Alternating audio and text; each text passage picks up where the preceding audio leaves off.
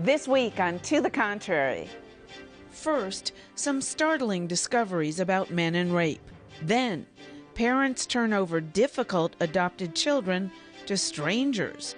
Behind the headlines, the advantages of having or being an only child.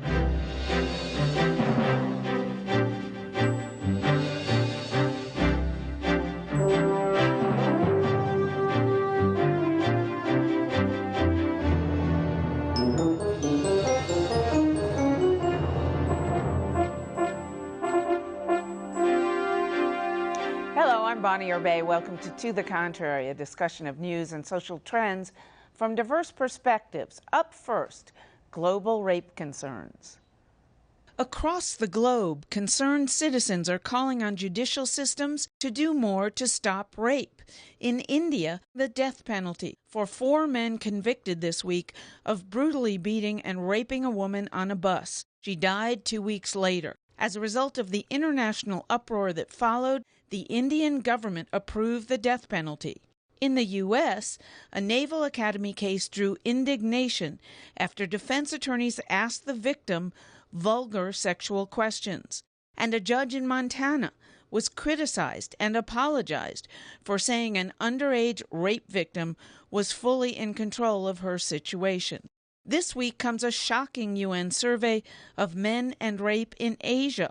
Almost 1 in 4 men in 6 Asian or Asian Pacific countries admitted to raping 1 or more women, about half while they were still teenagers. Many men surveyed said they believed they had a right to control women's bodies. Rates of rape are much higher in violence and war-torn societies such as Papua New Guinea, where civil war raged for more than a decade. So, Kim Gandy, is the Asian study applicable to men in the United States? Well, in terms of numbers, fewer U.S. men commit rape, but of those who do rape, the vast majority of them are repeat rapists, committing dozens, scores, even hundreds in a lifetime. I think one of the biggest distinctions between the United States and those Asian Pacific and African and Middle Eastern countries is that women in those countries are still treated as property, whereas here in the States, women have empowerment. I think the biggest takeaway is that there's still violence against women, regardless of socioeconomic status of world countries. Whether you're a third world country or a developed country, it's still an issue. This is an issue of gender inequality entirely. This would absolutely not happen here because over there, I truly feel they're cultured to think that, hey, I can do that because she's dressed a certain way, or she's a woman, she's lesser than me. Well, and also a lot of these, let's go through the survey country by country, because there were 6 countries. The worst by far, which 66% of men said that they had raped someone, usually a partner, and somebody while they were still teenagers, while the men were still teenagers, was Papua New Guinea, which of course was a war zone for 10 years when the people who are now answering those questions would have been children. So, but I wonder about places like Washington, D.C., Chicago, New York City, places with a lot of gun violence, neighborhoods that are pretty much tantamount to war zones. Would that spur that kind of violence? Would that spur that kind of thinking among American men?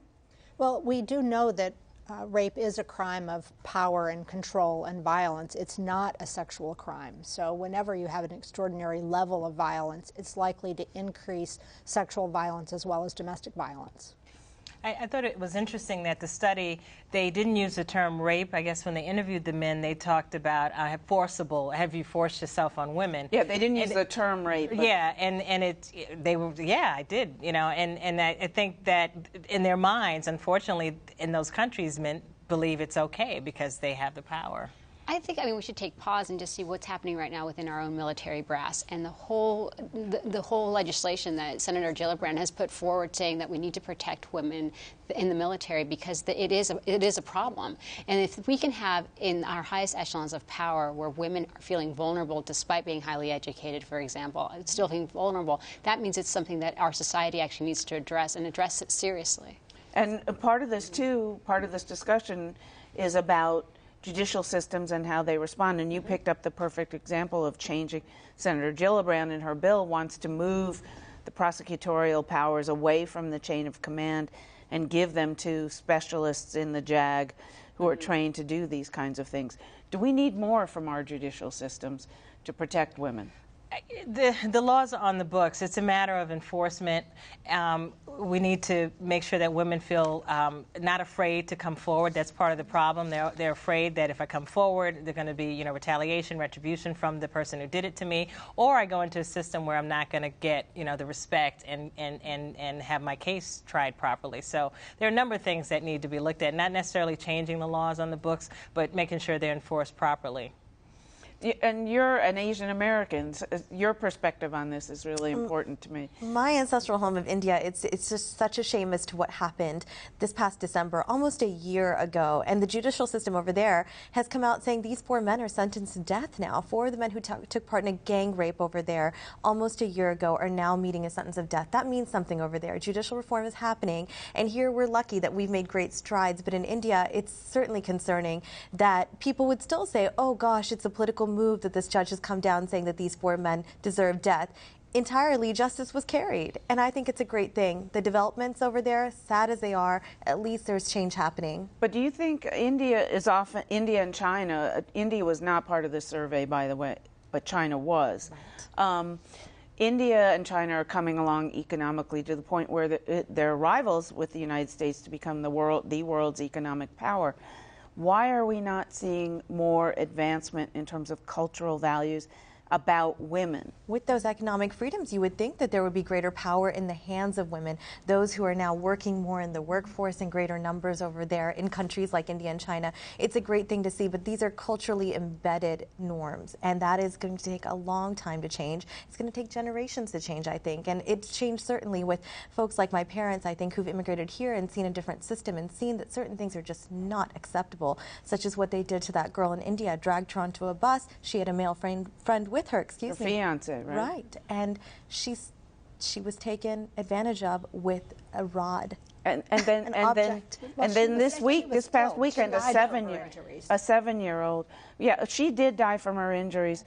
We certainly in many states still have the death penalty here, but and India has now passed it in cases that shock the conscience in India, which is a new thing. Should we be using the death penalty for rape? Well, we don't have the death penalty for rape in this country any longer, but we do. Any longer? We did, absolutely. When? We did. When I was a prosecutor in Louisiana, we had the death penalty for rape. It was overturned by the Supreme Court. But in this case, it was a rape that ended in murder. Right. This was a murder. Well, right. Exactly. Right. But absent murder, should we go back to having rape as I mean, obviously the Supreme Court has spoken on the death penalty issue, but should states still be trying to pass death penalties for rape?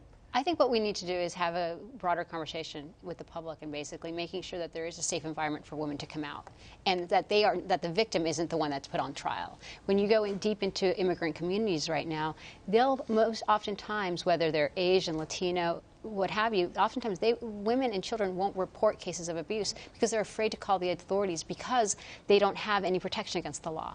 But when you look at what happened in India, the reason that this went to trial so quickly and that the sentence that they received wasn't just because of India, but it was because it became an international incident.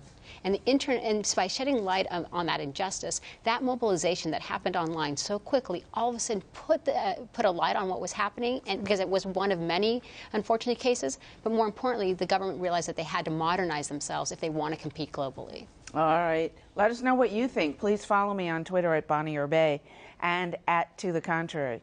From rape to adoption.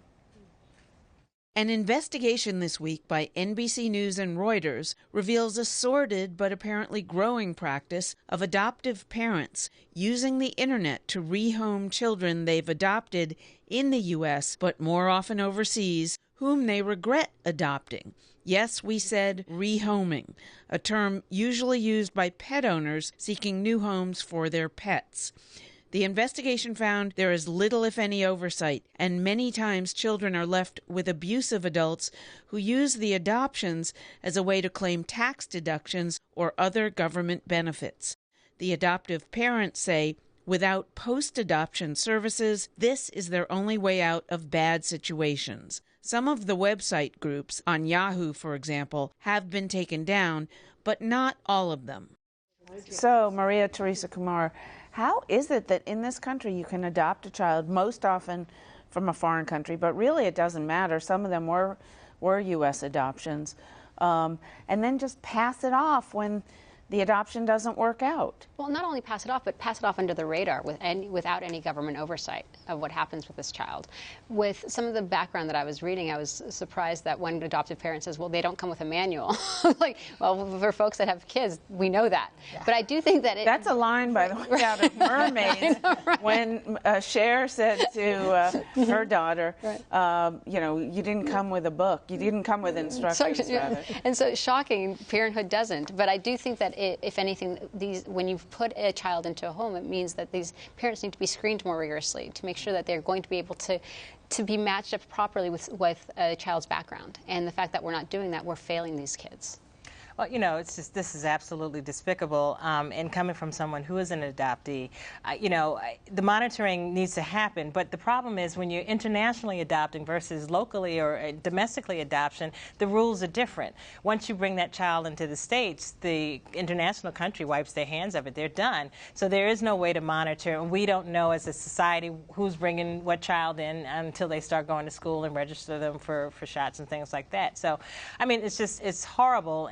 And I don't know necessarily if we need more, you know, rules. We need monitoring, but we need to find some type of system where when these kids leave those countries, that we know that they're safe and not being traded.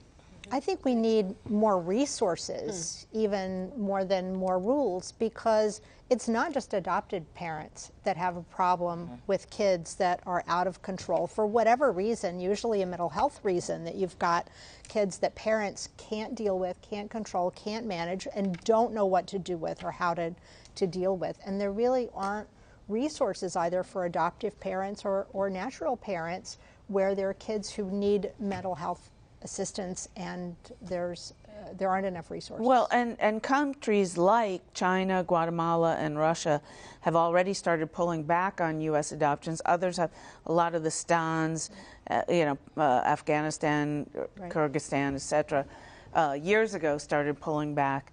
But should that usually, I mean, a lot of these kids that come from foreign countries have been in orphanages, which is something we don't do here. We put them in foster care. That's an avenue for trouble. A lot of the Russian kids, apparently, the parents couldn't take care of them because there was a huge problem with alcoholism. So is it really such a good idea to allow foreign adoptions? I really think restricting foreign adoptions isn't exactly fair. I think if folks desire to have a child from another part of the world, then by all means, let's see to it that people have the freedom to do certain things. We shouldn't punish everyone for some bad actors. I'm no fan of too much regulation, but I agree, resources need to be there. So whether you're adopting from domestically or from abroad, I really think there should be things in place for biological and, let's say, adoptive foster parents to do their job as parents better. Because again, it helps society, it helps all of us. And we should say that, by the way, this Reuters NBC News investigation found 261 cases of this over 5 years. It's 50 children a year is still way too much. On the other hand, there are tens of thousands of international adoptions in this country every year. And what I found interesting is the fact that the money that's spent to bring children from an international adoption is quite costly. It can be anywhere from $25,000. I think Russia is $50,000 at the low end.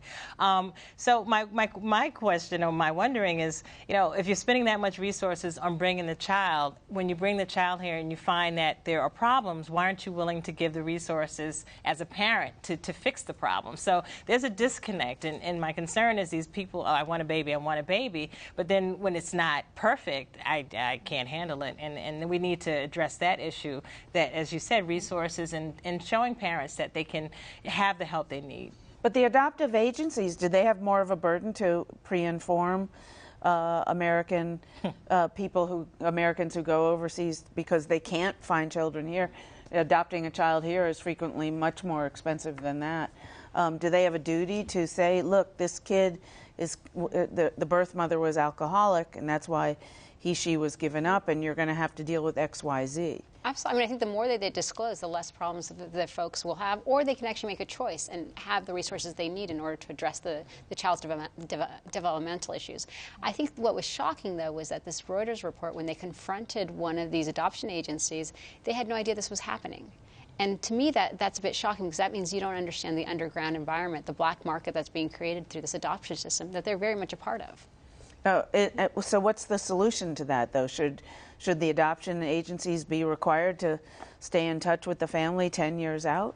Well, I think that if you're doing a transaction, I mean, not to be completely calculated, but if you're doing a transaction of $50,000, you should have some sort of incentive to make sure that the child is actually being properly taken care of, at least for the 2-3 years, and making sure that the parents have the resources, whether it's in the community or what have you, to make sure, again, that they are adjusting properly. Because while you can blame a lot of it on the child, it could also be the parents that maybe just weren't ready for the adoption process as well. All right.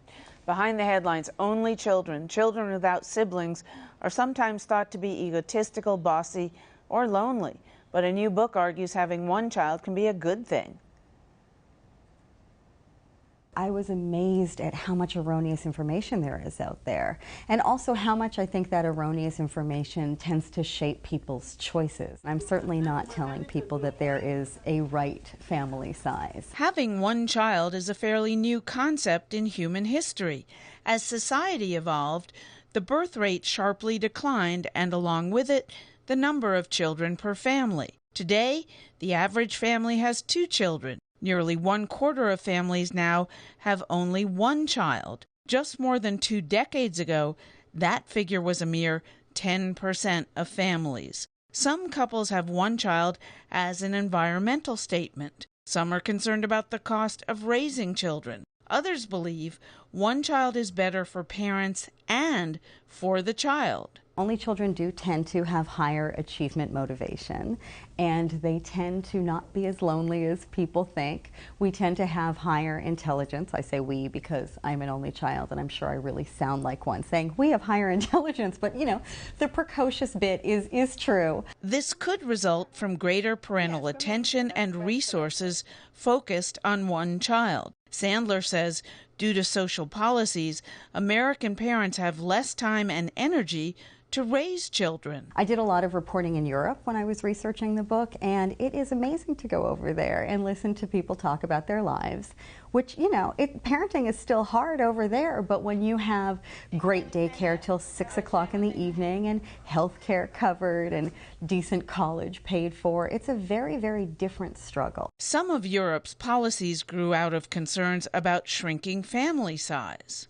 A lot of women said, this is too tough, I'm not doing this, and basically went on birth strike. The fertility rate of Europe fell incredibly in the past 10 or 20 years, and lawmakers paid attention. They said, we have to reconcile this conflict between parenting and work, or no one's going to want to be a parent.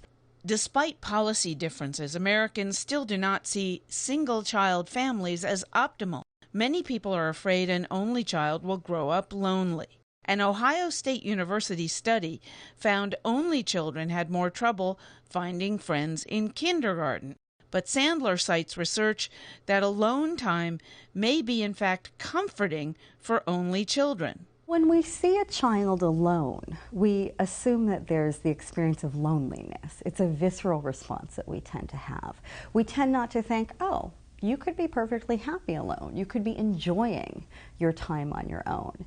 It's interesting that we always equate being alone with loneliness, when for a lot of people, solitude is a very, very valuable experience. Whether correct or incorrect, there's still a stigma about having one child. All I'm trying to do is put some better information out there and help people not vilify this choice quite as much. Do they vilify it, Darlene Kennedy?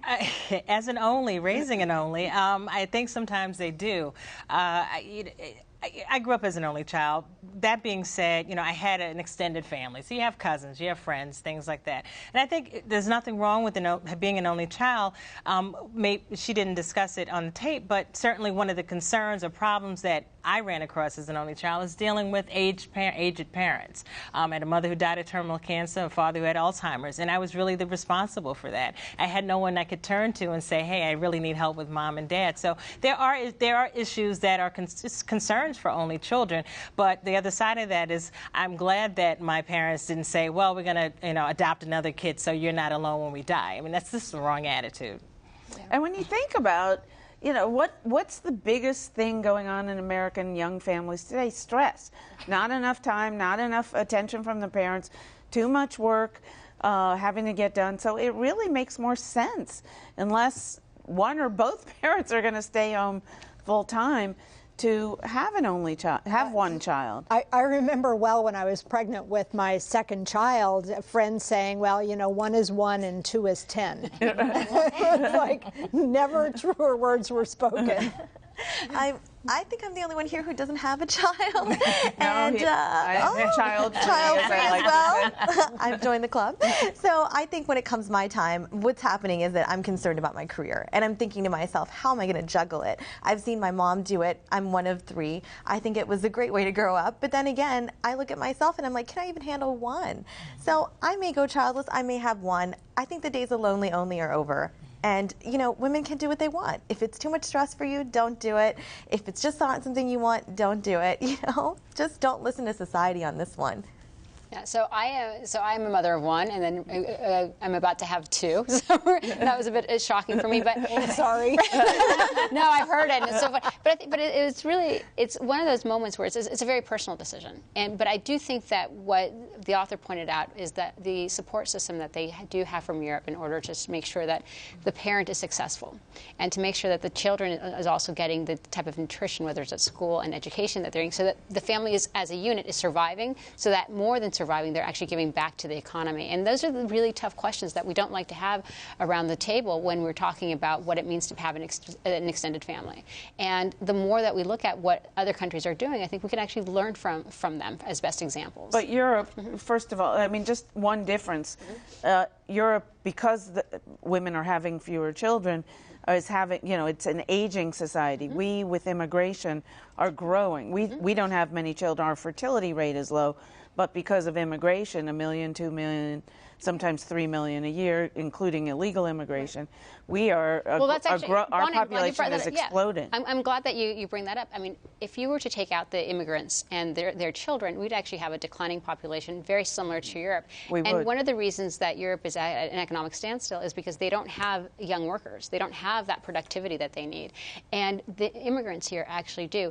In between 2000 and 2010, close to 90% of all births were actually of Hispanics. And basically it's saying that they are the next generation of Americans, but are we making sure that we're providing them with the education and the access that other generations have enjoyed? That's a different topic, but... What about the fact that it's called, you were an only child, you had an only child? Why not just one child? I've never heard that expression, honestly, until recently.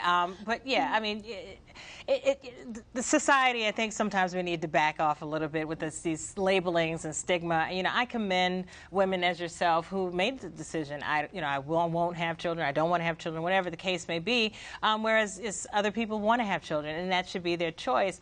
We shouldn't say, well, you're not a good woman or a good wife because you haven't brought children into this world. That's not what makes you who you are. So.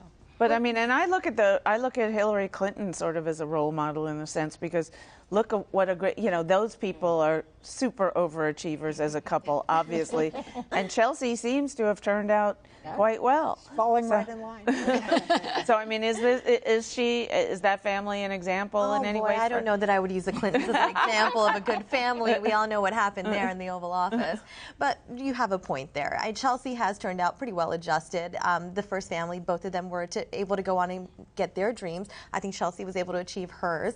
The thing here is, is that we have technology now. We have so much in the world around us to make us feel comforted. That lonely only child, again, he or she is no longer lonely. You've got so many parenting things in place now. Of course, parenting only happens at home, but you've got things in society to make one feel that they can go out and feel as an individual, even if you're one of three like me, or, be a very group type person where you like big family and cousins and everybody's in your home. All right, that's it for this edition of To the Contrary.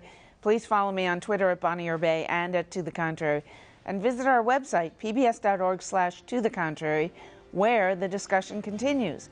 And whether you agree or think to the contrary, please join us next time. You were going to say.